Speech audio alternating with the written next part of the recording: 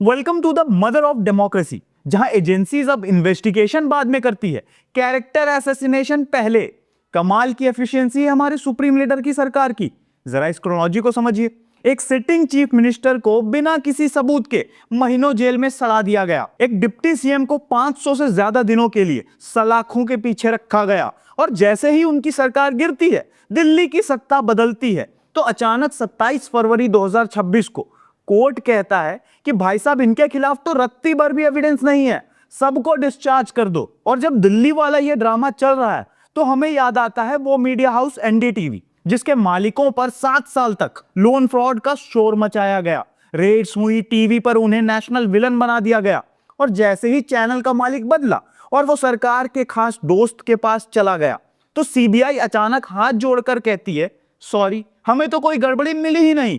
सातों जन के पाप एक ही वॉश में धुल गए। इसे कहते हैं असली वॉशिंग मशीन लॉजिक। लेकिन बात सिर्फ सत्ता और पैसे की नहीं है, बात है उस क्रुएलिटी की जो सिस्टम आज किसी के साथ भी कर सकता है।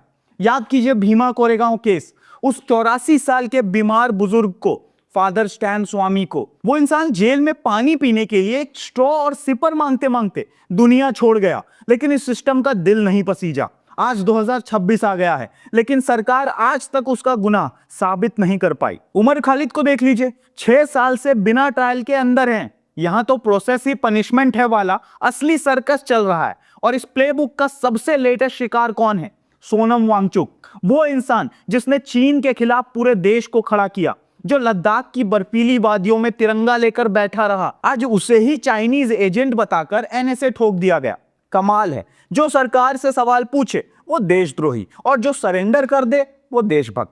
दोस्तों, ये कोई कोइंसिडेंस नहीं है, इसे कहते हैं द रेपुटेशनल डिस्ट्रक्शन प्लेबुक। इस सरकार का मकसद आपको सजा दिलाना नहीं है, इनका असली मिशन है आपकी इज्जत का सरेआम कत्ल करना। जेल तो सिर्फ एक जरिया है, असली निशाना है आपकी साख को मिट्टी में मिला देना, ताकि जब तक कोर्ट आपको बेगुनाह बताए तब तक आप पॉलिटिकली खत्म हो चुके हो। 27 फरवरी को राउज एवेन्यू कोर्ट के स्पेशल जज जितेंद्र सिंह ने जो फैसला सुनाया है, उसने इस पूरे गंदे खेल की धज्जियां उड़ा दी हैं। आप देख रहे हैं नो नॉनसेंस, और आज के एपिसोड में हम इसी सरकारी प्लेबुक का कच्चा चिट्ठा खोलेंगे। चलिए मुद्दे की बात करते हैं। 27 फरवरी 2026 को स्पेशल जज जितेंद्र सिंह ने जो फैसला सुनाया, वो इस देश की जांच एजेंसियों के लिए एक बड़ा तमाचा है। कोर्ट ने साफ लफ्जों में कह दिया कि अरविंद केजरीवाल और मनीष सिसोदिया को बिना किसी ठोस सबूत के इस केस में घसीटा गया। यह कोई जांच नहीं थी, यह मैन्युफैक्चरिंग थी। यानी जब सबूत नहीं मिले तो फाइलों में बैठकर कहानियां गढ़ी गई, ताकि एक विपक्षी पार्टी को खत्म कर दिया जा सके। जरा सोचिए, सीबीआई ने 1000 पन्नों की जो चार्जशीट फाइल की थी, उसकी वैल्यू रद्दी के बराबर निकली। जज साहब ने अपने फैसले में जो बातें लिखी हैं, वो किसी भी सभ्य समाज के लिए डरावनी है। कोर्ट ने कहा कि इस केस में जिसे अक्यूज नंबर 1 बनाया गया, कुलदीप सिंह, उसके खिलाफ एजेंसियों के पास कोई ठोस सबूत ही नहीं था। सोचिए, जिस इंसान पर कोई आरोप ही नहीं बनता, उसे आपने मुख्य आरोपी बना दिया, ताकि गोदी मीडिया में हेडलाइंस बड़ी बने। जब आप किसी को नंबर 1 मुजरिम बताते हैं, तो आप जनता के दिमाग में एक नैरेटिव सेट कर देते हैं कि बहुत बड़ा कांड हुआ है। मनीष सिसोदिया, जिन्हें पूरे केस का मास्टरमाइंड बताया गया, उनके बारे में कोर्ट ने कहा कि पूरी चार्जशीट में कहीं भी उनके खिलाफ कोई क्रिमिनल इंटेंट यानी अपराधी मंशा नहीं मिली। जो पॉलिसी वो लाए थे, उससे किसी को जानबूझकर फायदा पहुंचाया गया, इसका भी प्रूफ फाइलों में मौजूद नहीं था। अरविंद केजरीवाल के बारे में तो जजों ने सीधा प्रहार किया कि दिल्ली के मुख्यमंत्री को बिना किसी ठोस एविडेंस के इस केस में खींचना रूल ऑफ लॉ का कत्ल है। जज साहब इतने भड़के हुए थे कि उन्होंने सीबीआई के इन्वेस्टिगेशन ऑफिसर के खिलाफ डिपार्टमेंटल इंक्वायरी ऑर्डर दे दिया। लेकिन यहां सोचने वाली बात यह है कि अगर इनके खिलाफ कुछ नहीं था, तो इतने महीने जेल में क्यों रखा गया? क्या हमारा लीगल सिस्टम उस समय सुप्रीम लीडर की सरकार पर चेक रखने में फेल रह गया? जो इज्जत मिट्टी में मिल गई, उसका हर्जाना कौन भरेगा? आज जब वो बाहर आए हैं, तो उनकी आंखों में आंसू थे। वो जीत की खुशी के नहीं, बल्कि उस बेबसी के आंसू थे जो ये सिस्टम किसी के साथ भी कर सकता है। बीजेपी सरकार ने उनकी सबसे बड़ी ताकत, उनके ऑनेस्ट इमेज को ही मार डाला। जब तक कोर्ट का फैसला आया, तब तक दिल्ली में बाजी पलट चुकी थी। उनकी सरकार गिर गई और आज सत्ता रेखा गुप्ता के हाथ में है। इसे कहते हैं operation successful, but the patient was dead. लेकिन ये खेल सिर्फ केजरीवाल तक सीमित नहीं है। इस प्लेबुक का दूसरा बड़ा शिकार था एनडीटीवी। जरा पीछे जाकर पैटर्न को देखिए। 2017 में सीबीआई ने प्रणव रॉय और उनकी पत्नी पर आईसीआईसीआई बैंक के लोन में गड़बड़ी और मनी लॉन्ड्रिंग का केस दर्ज किया। सालों तक उनके घर और दफ्तर पर रेड्स हुई, उन्हें सरेआम अपराधी की तरह पेश किया गया। इसका सीधा असर क्या हुआ? एनडीटीवी को मार्केट से नया फंड मिलना बंद हो गया, शेयर होल्डर्स डरे रहे और उनकी ब्रांड वैल्यू को जानबूझकर गिराया गया। यह क्लासिक रिकवरी एजेंट मॉडल है। एजेंसियों का इस्तेमाल करके किसी संस्था की कमर तोड़ दी गई, वो खुद बिकने पर मजबूर हो जाए। और फिर एक गजब का कोइंसिडेंस हुआ, जैसे ही चैनल का मालिक बदला और वो सुप्रीम लीडर के खास दोस्त के पास चला गया, तो अक्टूबर 2024 में सीबीआई खुद कोर्ट में क्लोजर रिपोर्ट फाइल करती है और कहती है, साहब हमें कोई क्रिमिनलिटी मिली ही नहीं, केस बंद कर दीजिए।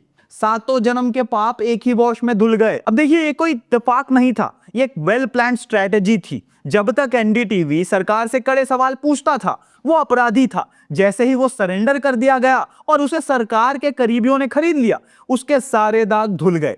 काम ऐसा करो कि सांप भी मर जाए और लाठी भी ना टूटे। जो झुकेगा नहीं, उसे ये एजेंसियां इसी तरह तोड़ देंगी। ये किसी एक पार्टी का सवाल नहीं था, ये देश के चौथे स्तंभ को पालतू बनाने की कोशिश थी। अब बात करते हैं उस क्रूरता की जहां इंसान की जान की भी कोई कीमत नहीं है। याद कीजिए भीमा कोरेगांव केस।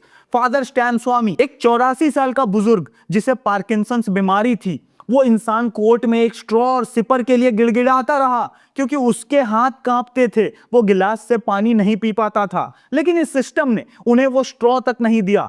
जरा सोचिए, क्या एक 84 साल का बीमार इंसान देश की सुरक्षा के लिए इतना बड़ा खतरा था जिसे पानी पीने का हक भी छीन लिया गया?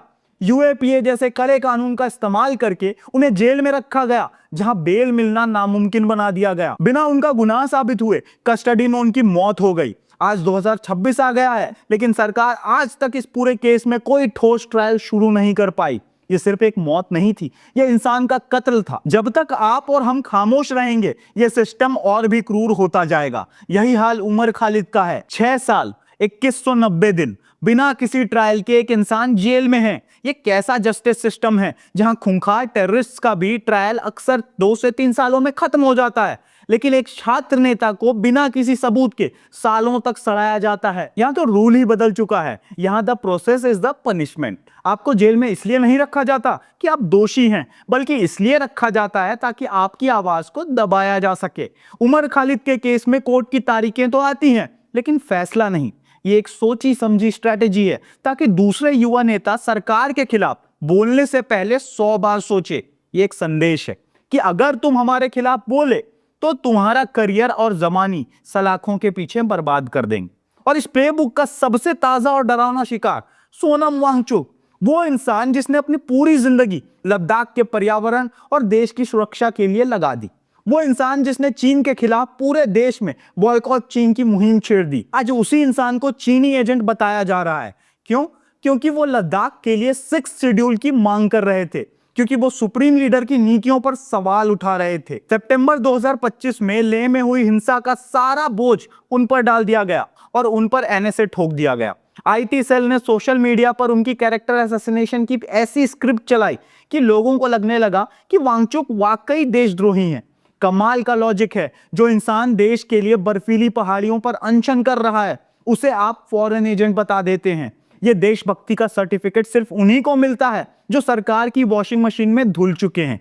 अब जरा इसी प्लेबुक के मैकेनिज्म को समझिए। यह 4 स्टेप्स का एक ऐसा चक्रव्यूह है जिसमें फंसने के बाद बचना नामुमकिन है। Step 1, the targeting. सबसे पहले एक ऐसे इंसान को चुनो जो सरकार के लिए खतरा है, चाहे वो कोई विपक्षी नेता हो, एक्टिविस्ट हो या कोई बड़ा जर्नलिस्ट। उस पर बड़ा करप्शन या एंटी नेशनल आरोप लगाओ। Step 2, weaponisation of agencies. ED और सीबीआई को उसके पीछे छोड़ दो। आधी रात को रेड्स करो ताकि मीडिया को दिखाने के लिए मसाला मिल सके। बिना एविडेंस के उसे जेल में डालो, क्योंकि यूएपीए और या पीएमएलए जैसे कानूनों में बेल मिलना लगभग नामुमकिन है। Step 3, character assassination.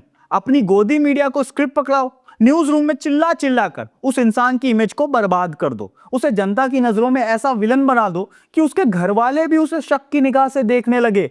Social media पर बॉट आर्मी के जरिए उसे चोर और गद्दार घोषित कर दो। Step 4, the legal collapse. सालों बाद जब उस इंसान की राजनीति खत्म हो जाए, उसका बिजनेस तबाह हो जाए और उसकी साख पूरी तरह खत्म हो जाए, तब कोर्ट में जाकर धीरे से कह दो कि सॉरी साहब, हमारे पास तो कोई सबूत ही नहीं था, काम पूरा हुआ, विक्टिम बेगुनाह तो साबित हो गया, लेकिन वो पॉलिटिकली डेड हो चुका है। दोस्तों, 27 फरवरी 2026 का फैसला एक जीत तो है, लेकिन ये एक डरावना आईना भी है। ये आईना हमें ये दिखाता है कि कैसे सत्ता के नशे में चूर लोग किसी की भी जिंदगी बर्बाद कर सकते हैं। केजरीवाल और सिसोदिया बाहर आए हैं, लेकिन जो समय उन्होंने जेल में बिताया, जो मानसिक प्रताड़ना उनके परिवार ने झेली, उसका हिसाब कौन देगा? क्या जज साहब की इंक्वायरी उन 530 दिनों को वापस ला सकती है? और सबसे बड़ा सवाल, क्या गोदी मीडिया के वो एंकर्स माफी मांगेंगे जिन्होंने दिन रात इन्हें शराब चोर कहा था? क्या वो न्यूज चैनल्स अपनी प्राइम टाइम डिबेट्स में बताएंगे कि कोर्ट ने एजेंसियों को लताड़ा है? नहीं, वो अब भी किसी नए शिकार की तलाश में होंगे। ये सिर्फ नेताओं की लड़ाई नहीं है, ये आपकी और हमारी लड़ाई है, क्योंकि आज अगर मुख्यमंत्री की इज्जत सुरक्षित नहीं है, तो आपकी या मेरी क्या औकात है? ये रेपुटेशनल मर्डर का खेल तब तक नहीं रुकेगा जब तक हम सवाल पूछना शुरू नहीं करेंगे। अगर आपको ये डिटेल्ड एनालिसिस सही लगी तो इसे शेयर कीजिए, अपनी आवाज उठाइए, क्योंकि खामोशी ने इस सिस्टम की सबसे बड़ी ताकत बना दी है। दिस वॉज नो नॉनसेंस, मुद्दे की बात बिना बकवास।